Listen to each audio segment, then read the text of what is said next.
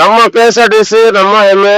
ಅಲ್ಲಿ ನೋಡಿ ಕರ್ನಾಟಕ ರಾಜ್ಯ ರಸ್ತೆ ಸಾರಿಗೆ ನಿಗಮ ಆಕ್ಚುಲಿ ನಮ್ಮ ಕಂಡಕ್ಟರ್ ಡ್ರೈವರ್ ಗಳಿಗೆ ಸ್ಯಾಲ್ರಿ ಕ್ಲಿಯರ್ ಮಾಡಿ ತುಂಬಾ ದಿನ ಆಯ್ತು ಅಂತ ಕೇಳ್ಪಟ್ಟೆ. ಅವ್ರದ್ದೇನೋ ಸ್ಟ್ರೈಕ್ ನಡೀತಾ ಇತ್ತು, ಆಮೇಲೆ ಸ್ಟ್ರೈಕ್ ವಾಪಸ್ ತಗೊಂಡ್ರು. ನೋಡಿ ಬಸ್ ಹೆಂಗಿದೆ, ಇಂಥ ಬಸ್ಗೆ ನಾವು ಎಷ್ಟು ರೇಟ್ ಆದ್ರೂ ಕೊಟ್ಟು ಹೋಗ್ತೀವಿ.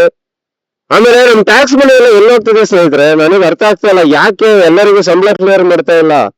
ಯಾಕೆ ಬಜೆಟ್ ಇಲ್ವಾ ಗೌರ್ಮೆಂಟ್ ಅಲ್ಲಿ? ಮೊನ್ನೆ ತಾನೇ ಬಜೆಟ್ ಅನೌನ್ಸ್ ಆಗಿದೆ. ಆ ಬಜೆಟ್ ಅಲ್ಲಿ ನಿಮ್ಗೆ ಗೊತ್ತು 4,80,000 ಕೋಟಿ ಬಜೆಟ್ ಅನ್ನ ಮಂಡನೆ ಮಾಡಿದ್ದಾರೆ. ಅದ್ರಲ್ಲಿ ಯಾರ್ಯಾರಿಗೆ ಏನೇನ್ ಕೊಟ್ಟಿದ್ದಾರೆ ಅಂತ ಎಲ್ರಿಗೂ ಚೆನ್ನಾಗಿ ಗೊತ್ತು. ನಮ್ಮ KSRTC ಎಂಪ್ಲಾಯೀಸ್ ಗೆ ಸ್ಯಾಲ್ರಿ ಕ್ಲಿಯರ್ ಮಾಡ್ತಾ ಇಲ್ಲ. ಆಮೇಲೆ ಇನ್ನು ಬೇರೆ ಬೇರೆ ಕ್ಷೇತ್ರದಲ್ಲಿ ಇರೋರ್ಗು ಸ್ಯಾಲ್ರಿ ಕ್ಲಿಯರ್ ಮಾಡ್ತಾ ಇಲ್ಲ. ಎಲ್ರು ಏನೋ ಹೋಗ್ಲಿ, ಇವತ್ತಾಗುತ್ತೆ, ನಾಳೆ ಆಗುತ್ತೆ, ನೆಕ್ಸ್ಟ್ ಮಂತ್ ಆಗುತ್ತೆ ಅನ್ಕೊಂಡು ಕಾಯ್ತಾ ಇದಾರೆ. ಇಂತ ಒಳ್ಳೆ ಸರ್ವಿಸ್ ಅನ್ನ ಸಿಗ್ನಲ್ ಇದನ್ನು ಹೋಯ್ತಲ್ಲಪ್ಪ ಬಸ್. KSRTC ಸರ್ವಿಸ್ ಎಲ್ಲೂ ಇಲ್ಲ, ಬೇರೆ ಸ್ಟೇಟ್ ಅಲ್ಲಿ ಎಲ್ಲೂ ಇಲ್ಲ ಈ ತರ ಬಸ್ ಸರ್ವಿಸ್, ಬಸ್ ಫೆಸಿಲಿಟಿ.